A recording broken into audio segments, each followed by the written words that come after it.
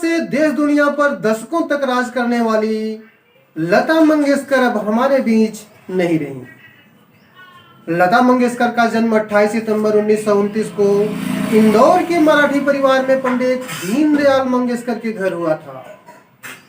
इनके पिता रंगमंच के कलाकार और गायक भी थे, इसलिए संगीत इन्हें विरासत में मिली थी।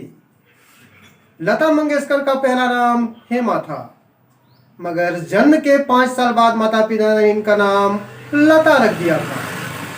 लता अपने सभी भाई बहनों में बड़ी थीं। मीना, आशा, उषा तथा हृदयनाथ उनसे छोटे थे। इनके जन्म के कुछ दिनों बाद ही परिवार महाराष्ट्र चला गया।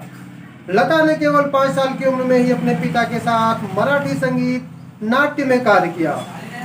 1942 में इनके पिता की मौत हो गई। इस दौरान ये केवल 18 वर्ष की थी। नवयुग चित्रपट फिल्म कंपनी के मालिक और इनके पिता के दोस्त मास्टर विनायक दामोदर कर्नाटकी ने इनके परिवार को संभाला और लता मंगेशकर को एक सिंगर और अभिनेत्री बनाने में मदद की। लता मंगेशकर ने अपने संगीत सफर की शुरुआत मराठी फिल्मों से की। भारत रत्न से सम्मानित वेटरन गायिका ने मुंबई के ब्रीच कैंडी अस्पताल में अंतिम सांस ली। वह 92 वर्ष की थी। भारत की नाइटिंगेल के नाम से दुनिया भर में मशहूर लता मंगेशकर ने करीब 5 दशक तक हिंदी सिनेमा में फीमेल प्लेबैक सिंगिंग में एक छत्र राज किया।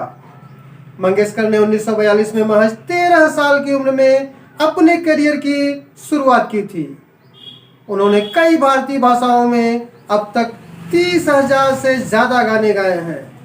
उन्हें देश की सर्वोच्च नागरिक सम्मान भारत रत्न से भी नवाजा जा चुका है।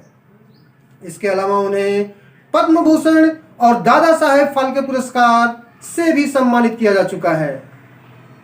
काफी दिनों से इनकी तबीयत खराब थी। जनवरी में कोरोना पॉजिटिव पाए जाने के बाद उन्हें मुंबई के एक अस्पताल में भर्ती कराया गया था। बाद में वह निमोनिया से भी पीड़ित हो गए। हालत बिगड़ने के बाद उन्हें वेंटिलेटर सपोर्ट पर रखा गया था। उनकी हालत में सुधार के बाद वेंटिलेटर सपोर्ट भी हट गया था, लेकिन 5 फरवरी को उनकी स्थिति बिगड़ने लगी और उन्हें फिर से मुंबई के एक अस्पताल में भर्ती कराया गया था। बाद में वह निमोनिया से भी पीड़ित हो गए। हालत बिगड़ने के बाद उन्हें वेंटिलेटर सपोर्ट पर रखा गया था। उनकी हालत में सुधार के बाद वेंटिलेटर सपोर्ट भी हट गया था, लेकिन 5 फरवरी को उनकी स्थिति बिगड़ने लगी और उन्हें फिर से वेंटिलेटर सपोर्ट पर रखा गया। आखिरकार 6 फरवरी को स्वर कोकिला ने आखिरी सांस ली।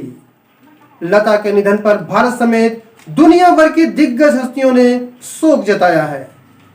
प्रधानमंत्री नरेंद्र मोदी ने लता के साथ कई तस्वीरें ट्वीट करते हुए लिखा, दयालु और सबका ध्यान रखने वाली लता दीदी अब हमें छोड़ गई हैं। वह हमारे देश में ऐसी शून्यता छोड़ गई हैं जो कभी भर नहीं सकेगी। केंद्रीय मंत्री नितिन गडकरी ने लिखा, उनका जाना देश के लिए अपूरणीय क्षति है। वे सभी संगीत साधकों के लिए सदैव प्रेरणा थी। लता दीदी प्रखर देशभक्त थी। उनका जीवन अनेक उपलब्धियों से भरा है। लता जी हमेशा ही अच्छे कामों के लिए हम सभी को प्रेरणा देती रही हैं। भारतीय संगीत में उनका योगदान अतुलनीय है। 30,000 से अधिक गाने गाकर उनकी आवाज ने संगीत की दुनिया को सुरों से नवाजा है। लता दीदी बेहद ही शांत स्वभाव और प्रतिभा की धनी थी। शिवसेना के प्रवक्ता एवं राज्यसभा सांसद संजय राउत ने लिखा, तेरे बिना भी क्या जीना। लता जी के निधन के बाद देश में 2 दिन का राष्ट्रीय शोक घोषित किया गया है। सूत्रों के मुताबिक शाम 6:30 बजे शिवाजी पार्क में होगा अंतिम संस्कार।